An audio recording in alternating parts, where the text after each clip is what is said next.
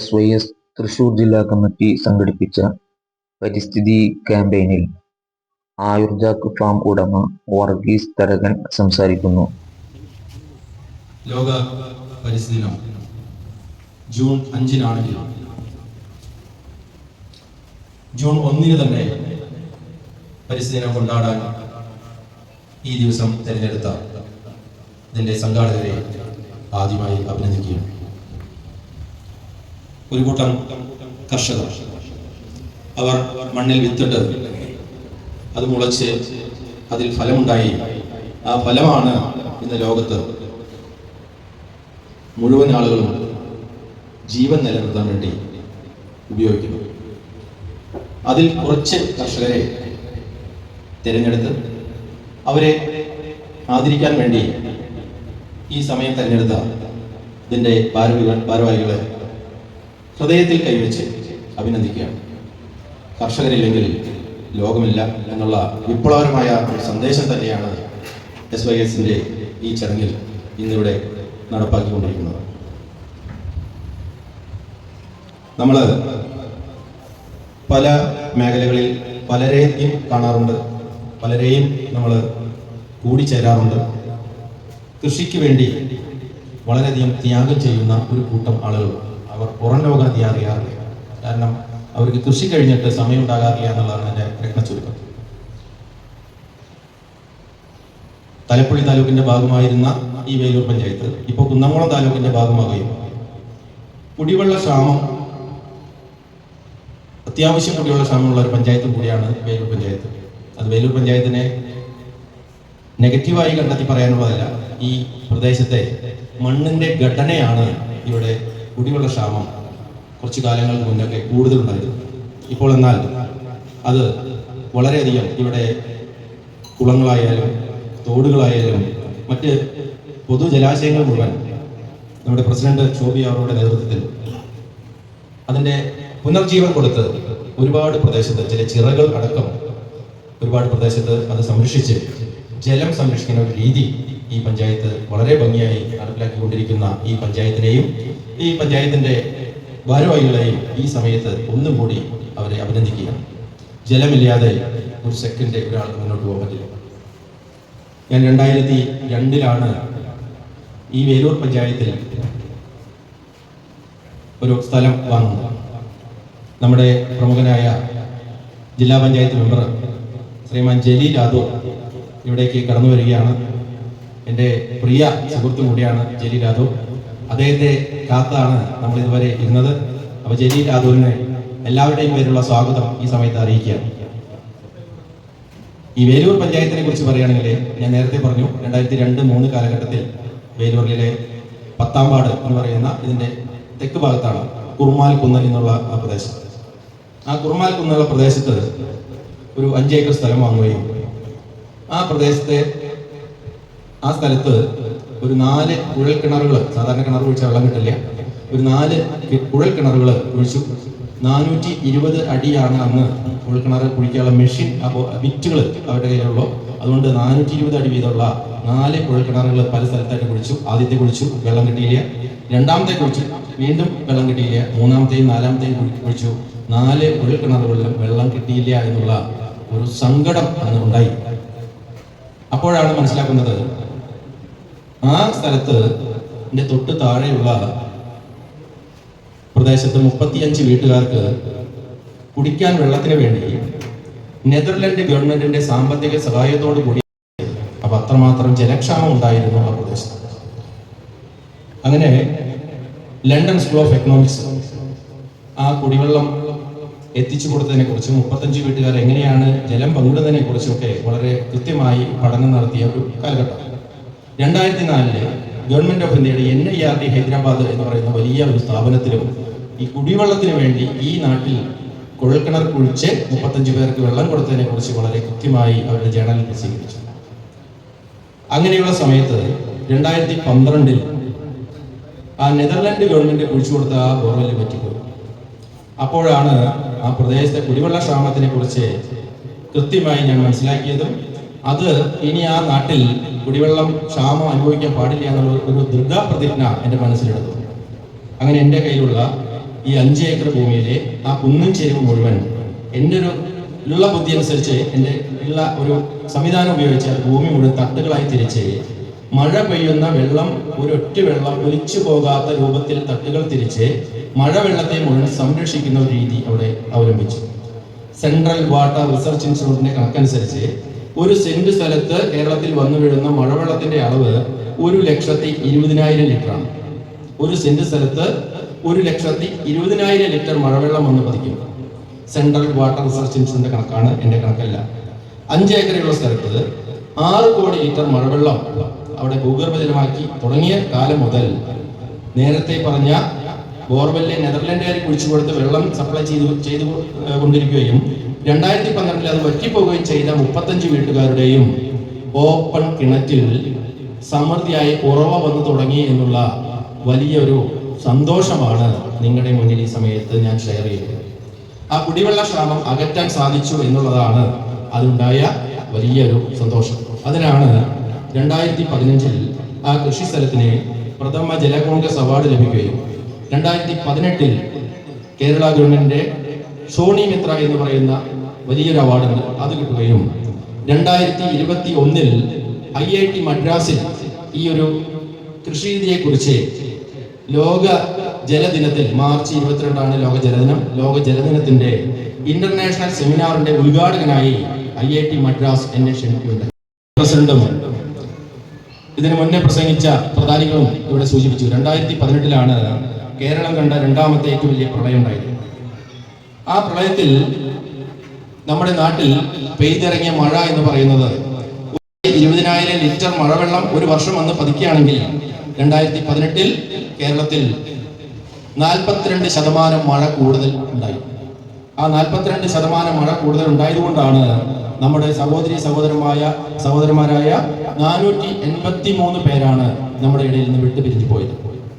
അതിൽ പ്രളയത്തിലുള്ള ആളുകളെക്കാൾ കൂടുതൽ 483 പേരിൽ 373 പേരും മരണപ്പെട്ടത് ഉരുൾപൊട്ടലിലാണ്. ഉരുൾപൊട്ടിയിട്ടാണ്. ആ മഴ കൂടുതൽ വന്നപ്പോൾ ഉരുൾപൊട്ടലിൽ വന്ന ആ ഭയാനകമായ മരണസംഖ്യയാണ് 373. അത്രയും വലിയ ഉരുൾപൊട്ടൽ ഉണ്ടാകാനുള്ള 42% മഴ കൂടുതൽ വന്നിട്ട് പോലും നേരത്തെ പറഞ്ഞ ഞാൻ ചെയ്തു വെച്ച പ്രവൃത്തി ചെയ്ത കുറുമാൽ കുന്നിലെ വളരെ ചെരുവുള്ള ഭൂമിയിൽ നിന്ന് ഒരു ഡ്രോപ്പ് വെള്ളമോ ഒരു ടീസ്പൂൺ മണ്ണോ ഒലിച്ചു പോകാതെ അവിടെ കൃഷി ചെയ്യാൻ പറ്റി എന്നുണ്ടെങ്കിൽ അത് നമ്മുടെ കേരളത്തിൽ പല ജില്ലകളിലും അത് പ്രാക്ടിക്കലായി നടപ്പാക്കാൻ സാധിക്കുമെന്നുള്ള കാര്യത്തിൽ ഒരു സംശയമില്ല. 22 ഡിഗ്രി ചെരിവുള്ള ഭൂമിയിൽ മാത്രമേ ഈ സംവിധാനം ചെയ്യാവൂ. അതിനേക്കാൾ കൂടുതൽ ചെരിവുള്ള ഭൂമിയിൽ അത് ചെയ്യരുത്. കാരണം എല്ലാ ചെരിവുള്ള ഭൂമിയിലും ഈ സംവിധാനം ചെയ്യാൻ പാടില്ല. അതേപോലെ തന്നെ പാറ പൊന്തി നിൽക്കുന്ന സ്ഥലത്ത് മേൽപ്പാറ പൊന്തി നിൽക്കുകയും മേൽമണ്ണ് കുറവുള്ള സ്ഥലത്ത് ഈ ഒരു സംവിധാനം ചെയ്യാൻ പാടില്ല. അതുകൊണ്ടാണ് നിങ്ങൾക്ക് സൗകര്യപ്പെടുന്ന ആളുകൾ സൗകര്യമുള്ള സ്ഥലത്ത് അല്ല ആ സമയത്ത് ഞായറാഴ്ച അടക്കം അവിടെ വന്ന് സന്ദർശിക്കാൻ നിങ്ങൾക്ക് അവസരമുണ്ട്. അതൊന്ന് വന്ന് കണ്ട് ഏതെങ്കിലും സ്ഥലത്ത് ആ ഒരു മാതൃക ഇംപ്ലിമെന്റ് ചെയ്യാൻ സാധിച്ചാൽ വലിയൊരു മുതൽക്കൂട്ടാവും. നമ്മുടെ പഞ്ചായത്തിന്റെ മുൻ വൈസ് പ്രസിഡന്റ് ശ്രീ റഷീദ് അവറുകൾ എൻ്റെ പ്രിയ സുഹൃത്താണ്. അദ്ദേഹത്തെയും ഈ ചടങ്ങിലേക്ക് സ്വാഗതം ചെയ്യും.